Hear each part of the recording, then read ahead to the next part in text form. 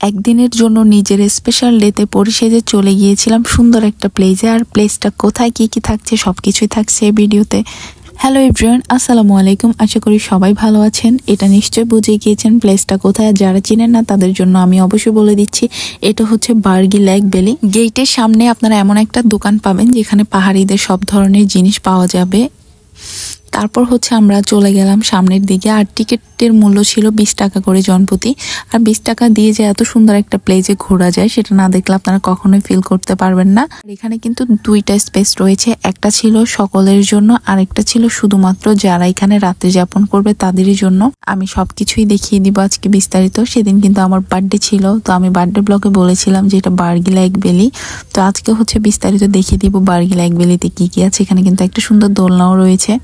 আর এখানে দেখেন আপনাদের ভাইয়া আমাকে ফেলে আগে আগে চলে যাচ্ছিল। তারপর এখানে চলে আসলাম পরিসেজে। আর পরিসাজার জন্য আমার মনে হয় লাখ টাকার প্রয়োজন হয় না। আপনি যে কোনো একটা ড্রেস পরে আপনার পছন্দের মানুষকে জিজ্ঞেস করলেই সে বলে দিবে আপনাকে অবশ্যই রাজকন্যার মতো লাগতেছে।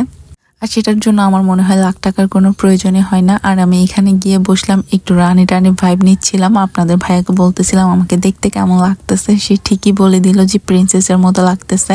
আর এই প্লেসের সবচেয়ে সুন্দর যেটা ছিল সেটা হচ্ছে হাউস বোট। এখানে কিন্তু আপনারা চাইলেও হাউস বোটে থাকতে পারবেন। এটা ছিল রেস্টুরেন্ট। আমি একটু একটু করে সবকিছু দেখিয়ে দিচ্ছি, কিন্তু আজকে আমাদের হচ্ছে কপাল খারাপ, আজকে হাউস বোটটা এখানে ছিল না।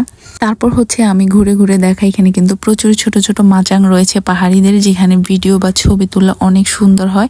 আর এখানে হাউস বোট প্লাস খাওয়া দাওয়া থেকে সবকিছু শুরু করে আপনারা চাইলে এখানে প্রোগ্রামও করতে পারবেন। এখানে কিন্তু বিয়ের প্রোগ্রাম থেকে শুরু করে সবকিছুই হয়।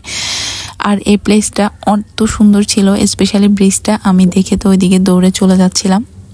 আমি 1 বছর আগে যখন আসছিলাম তখন এই ব্রিজটা ছিল না, তখন নিচে ছিল একটা ব্রিজ। আর এখন এখানে হয়েছে, বাট সুন্দরই লাগছে। ব্রিজটাতে একদম ছবি ভিডিও সবকিছু তুলে নিয়েছিলাম। আর এখানে কিন্তু কাইকিংও করা যায়, বোটেও ঘোরা যায় নদীতে মাঝখানে গিয়ে। আর এত সুন্দর একটা প্লেসে দাঁড়িয়ে ছবি তুললে কেমন হয় বলেন তো। তারপর আমি ঘুরে ঘুরে দেখছিলাম, এখানে কিন্তু দাঁড়িয়ে ছবি তুললে অনেক সুন্দর হবে। তারপর আমার চোখে পড়লো দোলনা। আর দোলনা দেখলে যে আমি কি পরিমাণ দোলনাতে ঘুরি সেটা আপনারা খুব ভালো করে জানেন যারা আমার রেগুলার ভিডিও দেখেন। তারপর আমি দোলনাতে গিয়ে উঠে পড়লাম, কিন্তু হচ্ছে দোল দেওয়ার জন্য কেউই ছিল না, তখন কেউ আসে নাই। ওরা সবাই লেট করতেছিল আর আমি এই সুযোগে আমি ভিডিও করে নিচ্ছিলাম। আর আপনাদের ভাইয়া ছিল আমার ক্যামেরাম্যান। তারপর হচ্ছে এখানে দাঁড়িয়ে কয়েকটা ছবি তুলে নিলাম। এটা হচ্ছে মা একটা শিশুকে কোলে নিয়ে প্রকৃতি দেখাচ্ছে, এরকম একটা ভাইব ছিল। তারপর নিচের দিকে ছিল, এই নিচে কিন্তু হাউস, এখানে কিন্তু রাতে হাউস বোট থাকে, দিনের বেলা এখন হয়তো বা লেকের পাড়ে। আর এখানে ট্রেন্ডিং ভিডিওটা করছিলাম 1 2 3 4। তারপর এখানে কিন্তু একটা লাভ দিয়ে একটা ছবি তোলার জন্য স্পেস আছে। আর এটা হচ্ছে রেস্টুরেন্ট থেকে ভিউটা। আর এখানে আমরা তারপর সবাই চলে আসলো, আড্ডা দিলাম। আর এর আগে কিন্তু আমরা কেকও কেটেছিলাম।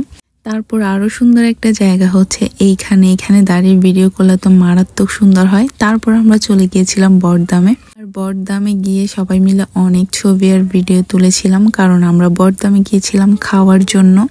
আর এখানে আমি আর সুফল একটা ট্রেন্ডিং ভিডিও করছিলাম। তারপর আমাদের খাওয়া দাওয়া চলে আসলো। আর এখানে আমরা সবাই মিলে খাওয়া দাওয়া করে নিলাম, কারণ হচ্ছে বার্গি লেকে খাওয়ার দিতে লেট হবে, তাই আমরা চলে আসছিলাম। আর এখানে সবাই সবার থেকে বিদায় নিচ্ছিলাম।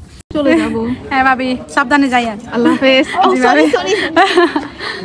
কথা হবে কেমন, টাটা, দেখা হবে আমাদের এখানে ইনশাআল্লাহ। তো পিকনিক হবে আজকে এইটুকুই, টাটা, আল্লাহ হাফেজ। Thanks for watching my video.